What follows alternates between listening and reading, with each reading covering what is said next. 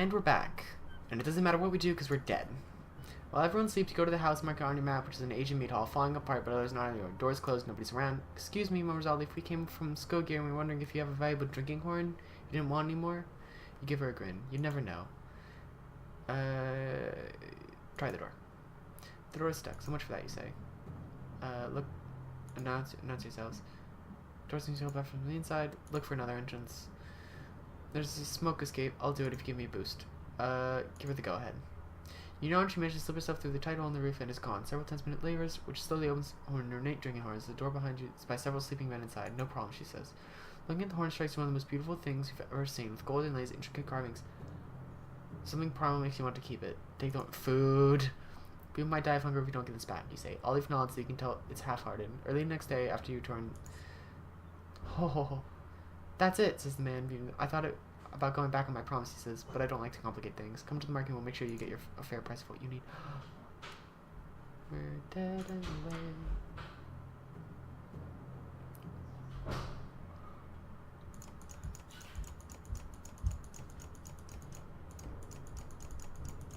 I'm never worrying about food ever again. Ever again.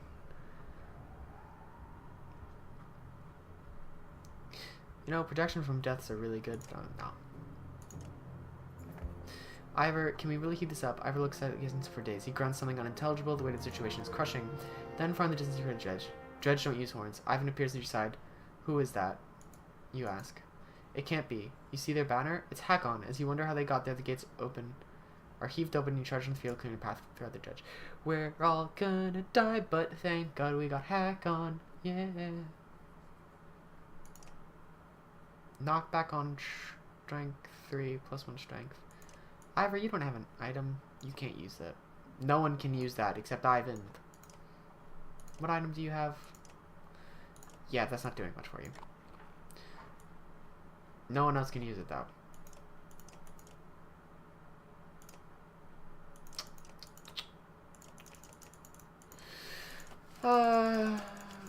Not much useful things. Let's go.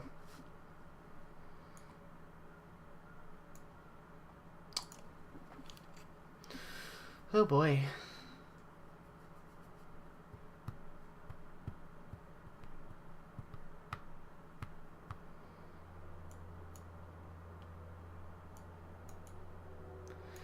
Oh, are we just fighting the same setup? Okay, who can summon...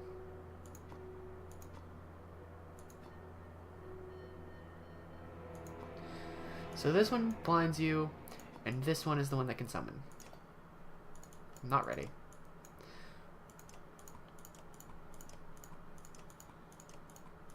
Same setup as last time, I suppose.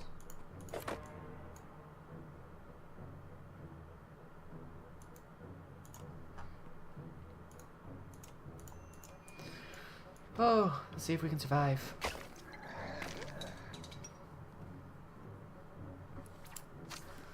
Oof.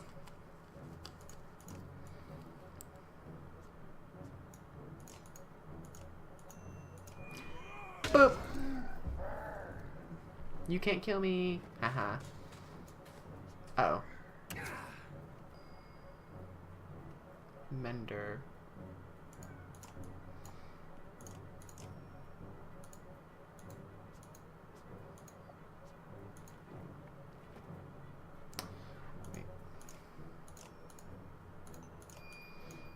You might as well. I'm probably gonna get... I did just hurt myself. Whoops! I didn't realize.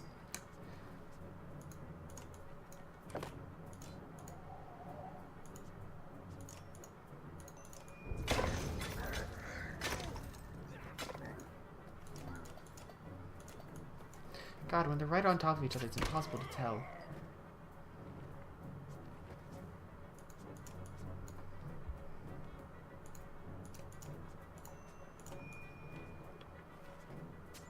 There you go, Ivor.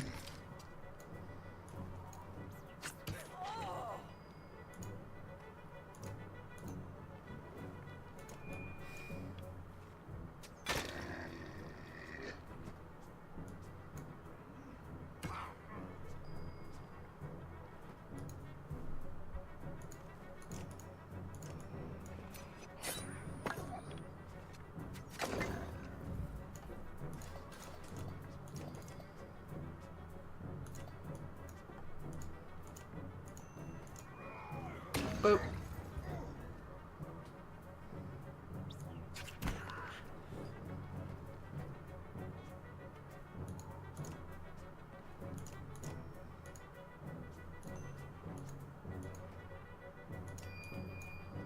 There we go.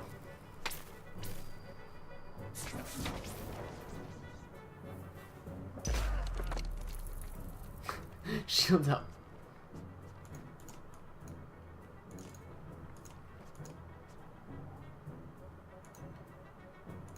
No, I wanted to go back, but oh well.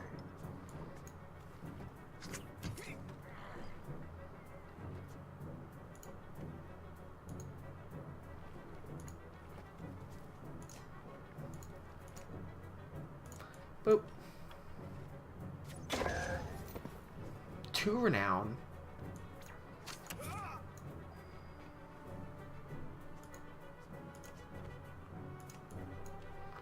Coin flip.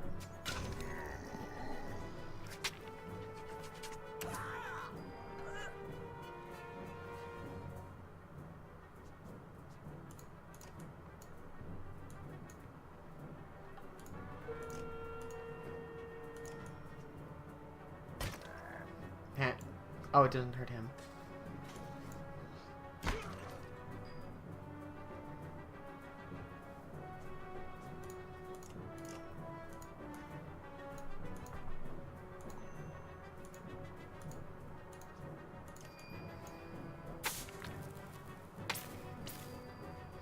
Bonk, bonk.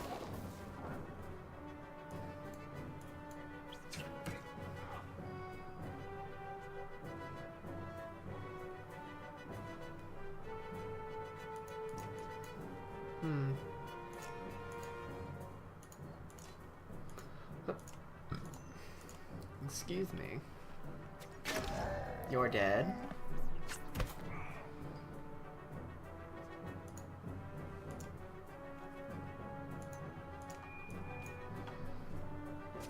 Boop.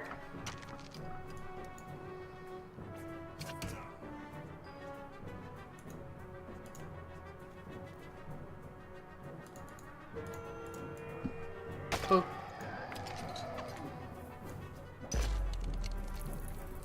Oh boy, we're actually doing okay this battle. Can I lighting anyone?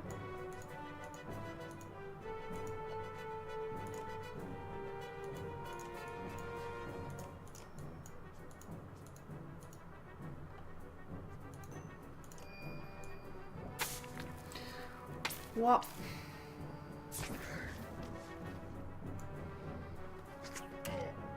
Oh shoot.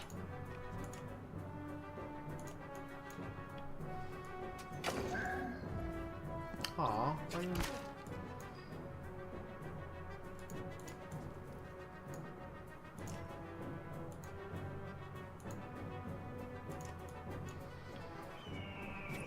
Caw.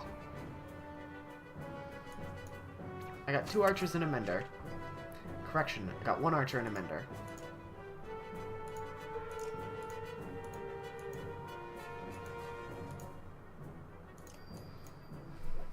Luckily,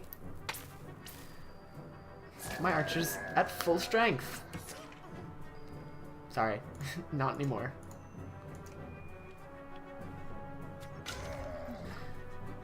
But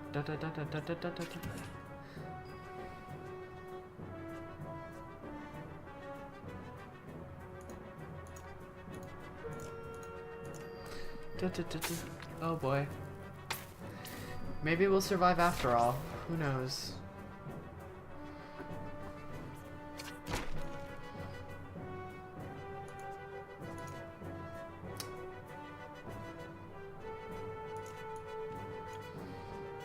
Boop.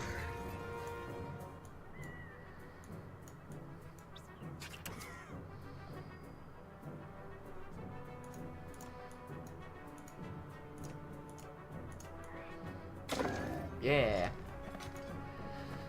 Oof.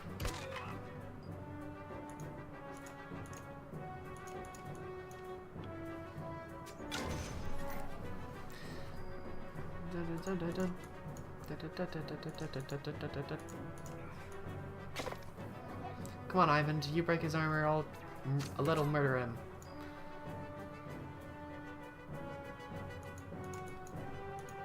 Like so.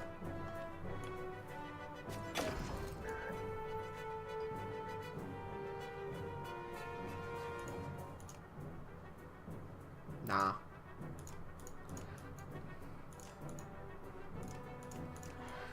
Fuck.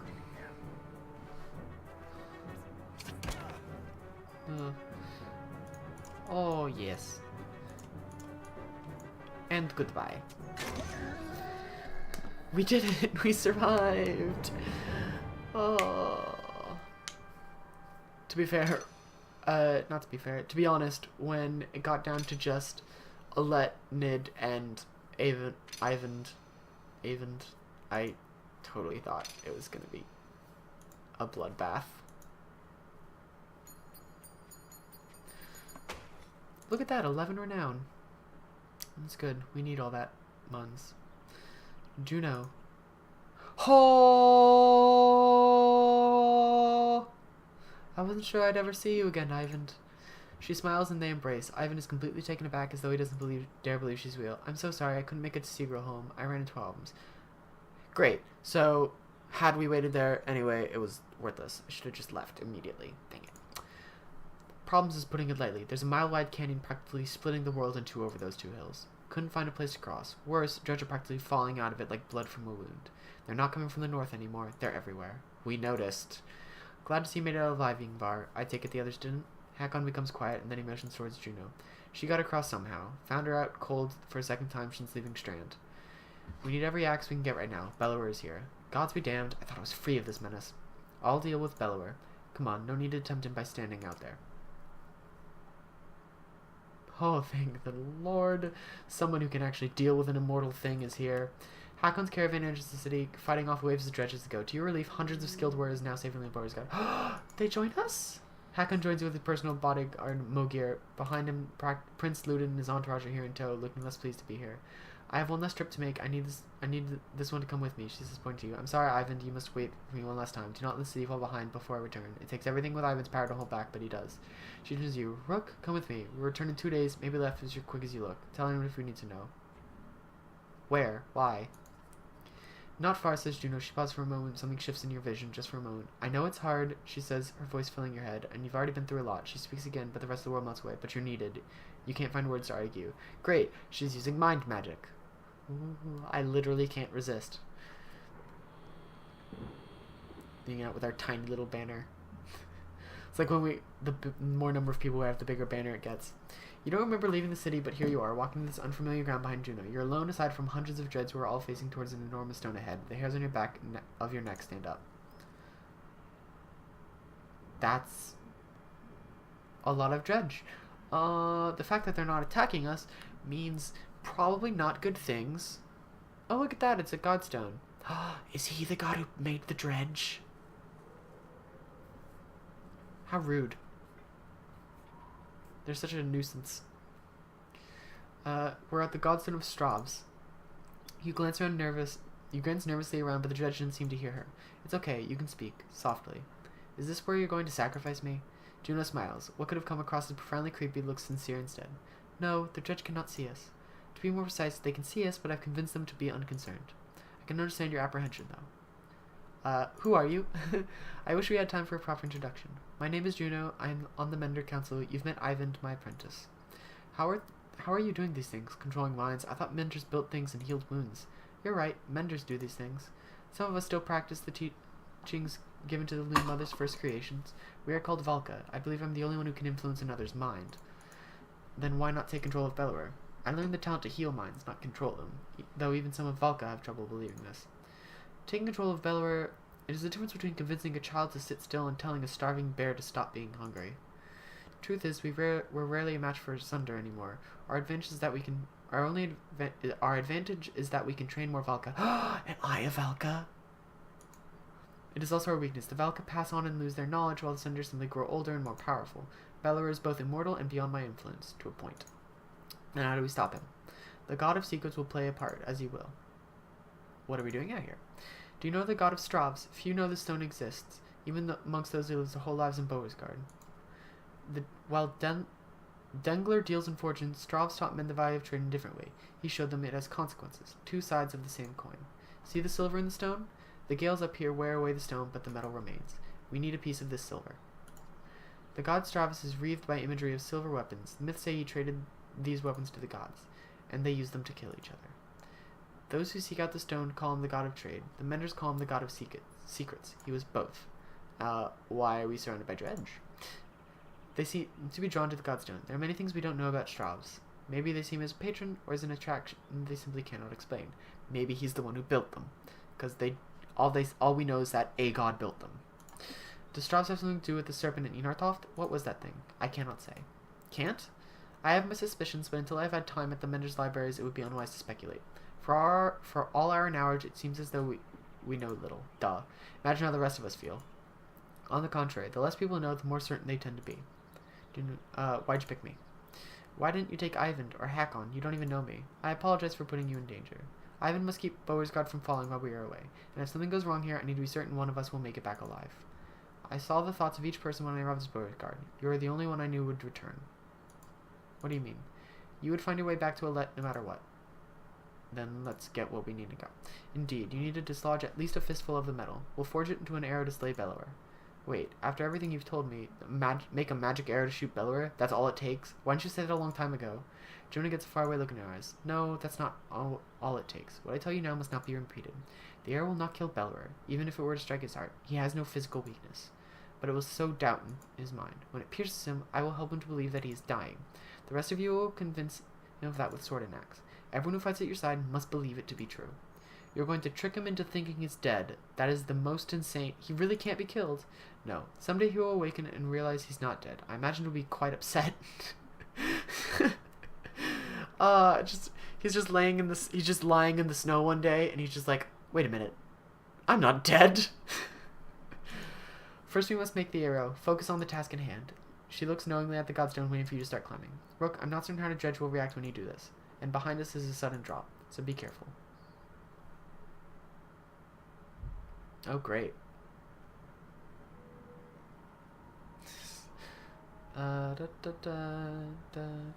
We just hide behind the godstone. Or not.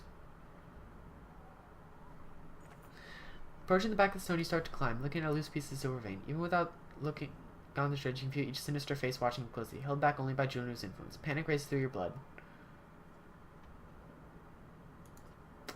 As you climb, you camp up and a stony mass of dredge lined up before the godstone, like worshippers of an idol. Just a glimpse nearly immobilizes you. Your hand rests on a piece of steel that comes away easily. The dredge do not react. While you're here, you glance around to see if there's any more low-hanging fruit. You're able to pry away another small piece of ore before your nerves give out. You nimbly descend where Juno's waiting. Well done, she says. As you walk back through the dredge, their heads turn in unison to follow you. The dread that lingers and the shaking in your hands does not subside for hours. Cool. Treasure hunter. Nice. Ooh. As you approach the gates of Beauregard again, relieved that they're still standing, it looks like they took a beating while you were gone. Alette rushes to your side and throws her arms around you once you've crept through the gates. Juno smiles at the reunion and tells you, take this time with your daughter. Find a smith who can fashion an arrow from that silver. I have other things to which I must attend, but meet me on the walls when you're done. Oh, look how many days of supplies we have. Oh, we're never gonna starve. Never gonna starve. It takes a while, but you finally find someone willing to craft an arrow for you. He eyes you suspiciously when you show him the silver, but shakes his head and gets started. Alette watches the smith's fire reflecting in her distant stare. Oh, we're gonna make an arrow. I talked with Ivan a long time while you were gone. He told me a lot about Juno. Is she really as powerful as she said? Seems that way. That might be the most luck we've had so far. Dad, I think I know what's going to happen now. An arrow? She's going to make you shoot Bellower, isn't she? I don't know for sure. Come on, who else is going to do it? Ivor? Alette, I know this is going. You're afraid of me dying. This isn't like before. We can't run this time. That's not what Let me do it. What? Why not? Because you think I'll get hurt? What do you do when Bellower comes straight for the person holding the only thing that can destroy him? Let me speak. Everything's changed. Skogir feels so long ago. I'm not asking because I'm afraid of losing you. I'm not afraid of anything anymore. Let me do it because you know I'm a better shot. I have a better chance of puncturing his armor. We only have one shot. I'm not some child anymore. I'm not just some girl. I'm your daughter. I can do this. For once, let me decide. What happens to me? Fucking fine. She smiles and takes your hand in hers. We'll survive this. I know we will. You sit by her side silently until the smith finishes his work. Oh boy, let's see this arrow. Okay. We got it, and that's where we're gonna leave it. Let's see if we can make an immortal being think he's dead. See you next time.